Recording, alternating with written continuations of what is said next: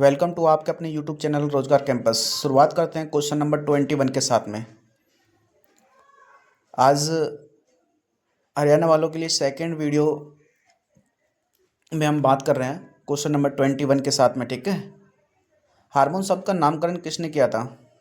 Option number A Robert, option number B अरस्तु, option number C Bayliss ए Starling, option number D Brown ए Purton ने। किसने किया था? यह कहता ऑप्शन नंबर सी बेलिस ए स्टार्लिंग ने।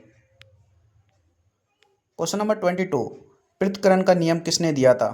किसने दिया था?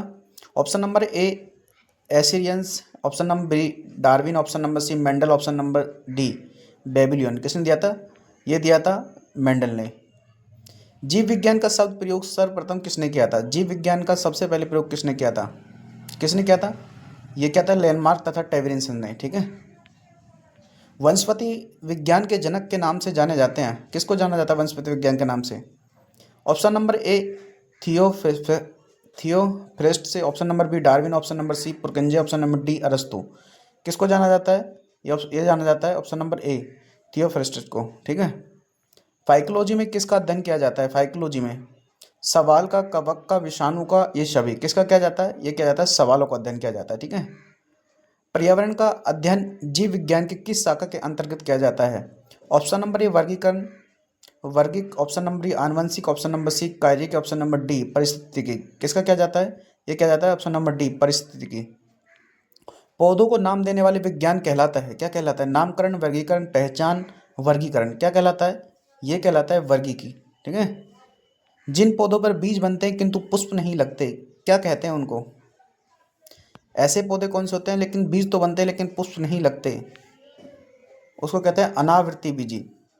अच्छा, मुझे एक बात बताओ, बायोफाइटा आपने बहुत पढ़ा होगा। ठीक है, प्लांट्स में आप बात पढ़ते हैं, जो बायोफाइटा होते क्या हैं? ठीक है, इसका आप मुझे एक उदाहरण दो, कमेंट करके आपको बताना है। ठीक है, और मुझे आपको ये भी बताना है कि ये संवैंग उत्तक होते हैं या ये उत्तक नहीं होते हैं।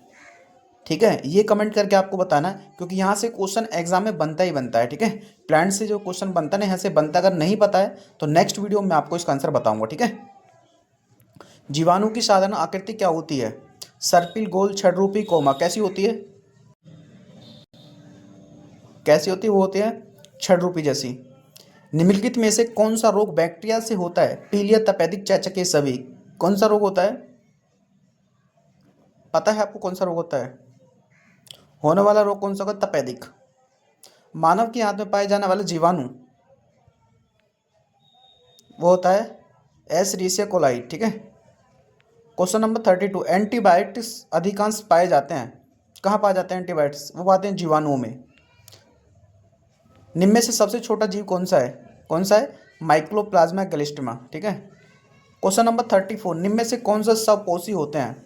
सवाल, विषाणु, कवक, प्रोटोजा। कौन से होते हैं? ये सवाल होते हैं। और सवाल के अध्ययन को क्या कहते हैं? पता है किसी को? अगर पता है तो बताओ। और मुझे एक बात और बताओ, इसके साथ साथ में जो सवाल होते हैं ना, सवाल के अध्ययन को क्या कहते हैं? जैसे मैंने लास्ट क्वेश्चन में आपको बताया था, इसी के साथ साथ में लीवर के अध्ययन को क्या कहते हैं? ठीक है, टिक्का रोग किस में होता है? जवार में, गन्ना में, सवाल में, मूंगफली में। किस में होता है? ये होता है मूंगफली में। और मूंगफली में सबसे ज़्यादा क्या होता है? प्रोटीन पाई जाती है। ठीक है, क्वेश्चन नंबर 36, किस सवाल से आयोडीन प्राप्त होती है? किससे होती है? ये होती है लेमिनेरिया से। क्वेश्चन नंबर 37, हाइड्रोफोबिया रोग उत्पन्न होता है? विषाणु, जीवाणु, यीस्ट, प्रोटोजोआ। कहाँ से होता है? ये होता है विषाणुओं से। जंतु में होने वाली फुट एंड माउथ रोग किसके कारण उत्पन्न होती है? विषाणु, प्रोटोज, जीवाणु, ये सभी किसके कारण उत्पन्न होती है? विषाणु के कारण। किसी को पता है विषाणु से होने वाले रोगों के नाम?